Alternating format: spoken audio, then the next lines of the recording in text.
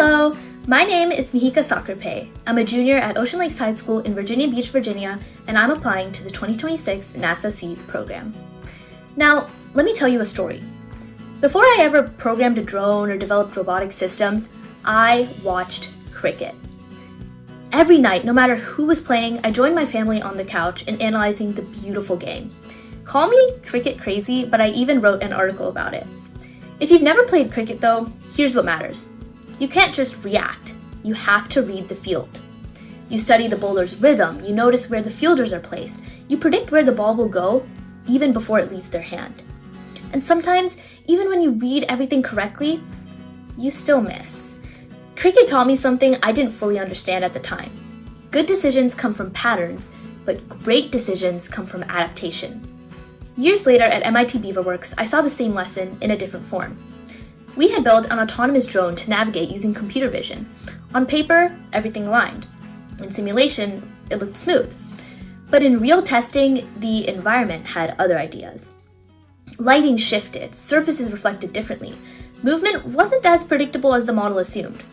And suddenly, the system that worked in theory had to adapt in reality. That moment felt familiar.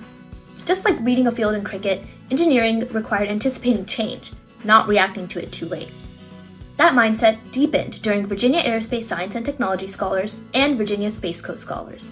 There, I wasn't just solving physics problems. I was working through how missions are actually structured through technical reports, what constraints define them, what trade-offs shape them, what risks must be justified, and what stakeholders must be taken into account. It felt like zooming out from a single play to the entire strategy. But what surprised me most was how much these patterns extended beyond engineering. In Model UN and Model NATO, I found myself again reading the field. This time it wasn't a bowler or a fielder, it was countries, alliances, and incentives. This taught me a crucial lesson. Technology doesn't exist in isolation. The systems we build influence policy, and those policies influence what systems get built. Through my work with the Menstrual Equity Initiative and during the MIT Create Challenge, I saw another dimension. Design isn't only about performance. It's about people. When we worked with a student with cerebral palsy to co-design an assistive drawing device, success wasn't measured in speed or efficiency. It was measured in independence. That reframed how I think about optimization. And as a student journalist interviewing leaders like Ashley Vance and covering technology, I learned that even the most advanced innovation only matters if it's understood clearly and communicated responsibly. And through tutoring younger students in math and science, I've realized something humbling. If I can't explain it simply, I probably don't understand it well enough, like Albert Einstein said.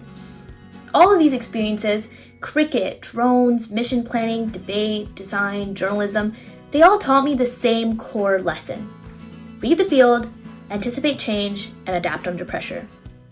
I'm particularly drawn to aerospace systems because they demand exactly that. Understanding how trajectories evolve, how environments shift, and how systems behave under uncertainty. SEAS appeals to me not just because it's NASA, but because it's a place where reading the field matters, where real data shapes real decisions. I don't approach engineering as someone who always gets it right the first time. That's pretty much impossible. I approach it as someone who stays observant, adapts thoughtfully, and takes responsibility for the systems she contributes to. I'm an engineer who sees herself learning and growing in this program. Because after all, whether it's a cricket field or a research lab, the goal is always the same. Understand the dynamics, then make your move. Thank you for your time.